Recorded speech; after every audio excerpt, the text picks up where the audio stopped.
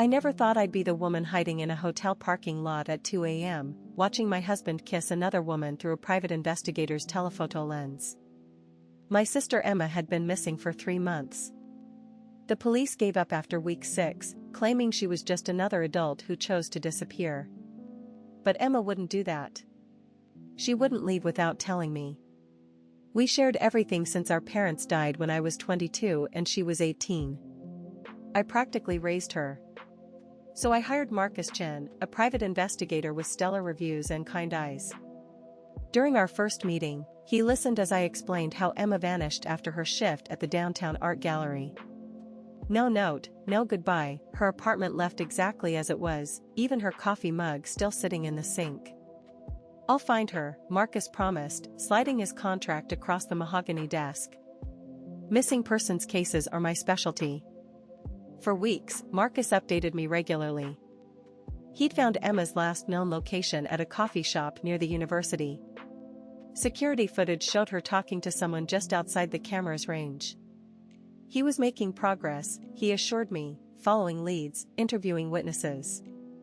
Meanwhile, my husband David grew increasingly distant. I chalked it up to stress. He'd been working late constantly, coming home exhausted and distracted. When I tried talking about Emma, he'd change the subject or suddenly remember urgent work emails. You need to accept that maybe Emma left on purpose, he'd say, not looking up from his laptop. People do that sometimes. His dismissive attitude stung, but I was too consumed with worry to fight about it. The breakthrough came on a Tuesday. Marcus called, voice tight with an emotion I couldn't identify. "Sarah, I need to see you immediately. Can you meet me at my office?" Something in his tone made my stomach drop. "Did you find Emma? Is she?" "Just come. Now." I drove there in a haze, preparing myself for the worst news possible. Marcus was waiting in his lobby, pacing like a caged animal. His usual professional composure was completely shattered. There's no easy way to say this. He handed me a manila envelope with shaking hands. "I found Emma." Relief flooded through me until I saw his expression. This wasn't good news. Inside the envelope were photographs. Emma laughing at a restaurant. Emma shopping for groceries. Emma walking hand in hand with someone whose face I couldn't see in the first few shots. Then I reached the final photo. Emma kissing my husband David outside a downtown apartment building. The world tilted sideways. I stared at the image, trying to make it make sense. That was definitely David's blue Ford pickup in the background. That was definitely Emma's distinctive butterfly tattoo on her shoulder. "How long?" My voice came out as a whisper.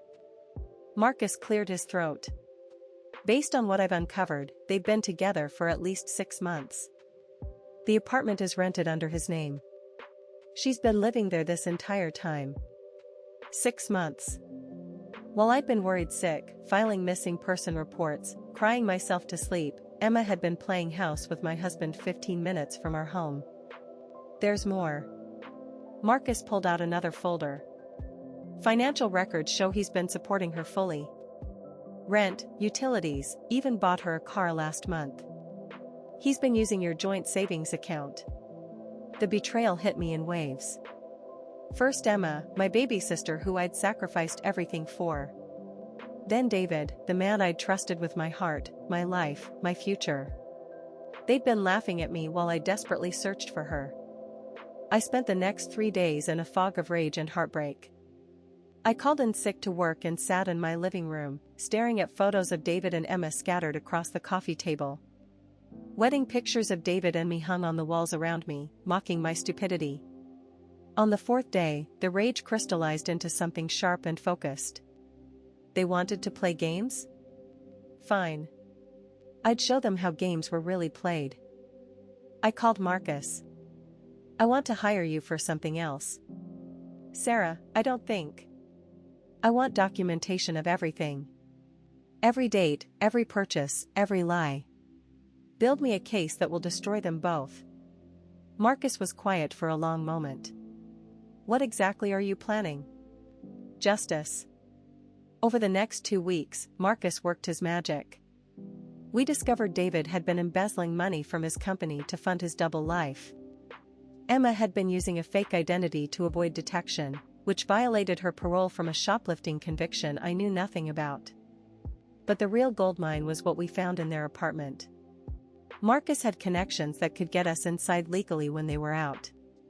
Hidden in David's desk was a USB drive containing detailed plans to drain our joint accounts and disappear together to Mexico. They weren't just betraying me. They were planning to rob me blind and vanish.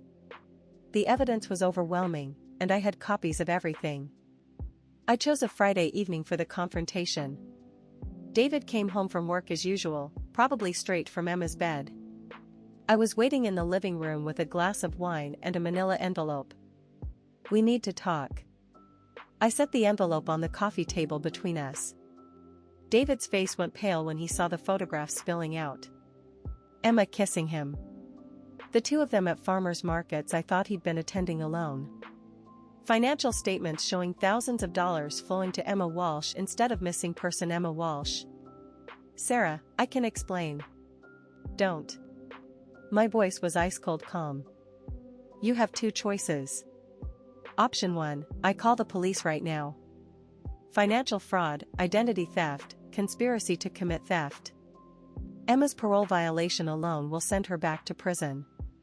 David's mouth opened and closed like a fish.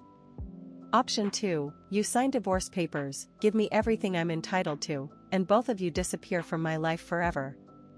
You have 10 seconds to decide. "You're bluffing." I pulled out my phone and started dialing 911. David lunged forward and grabbed my wrist. Okay, I'll sign whatever you want." The divorce was swift and brutal. David lost the house, half his retirement, and his reputation when I anonymously sent his company evidence of his embezzlement. He was fired immediately and faced criminal charges. Emma tried reaching out once, crying about how sorry she was, how she never meant for it to happen.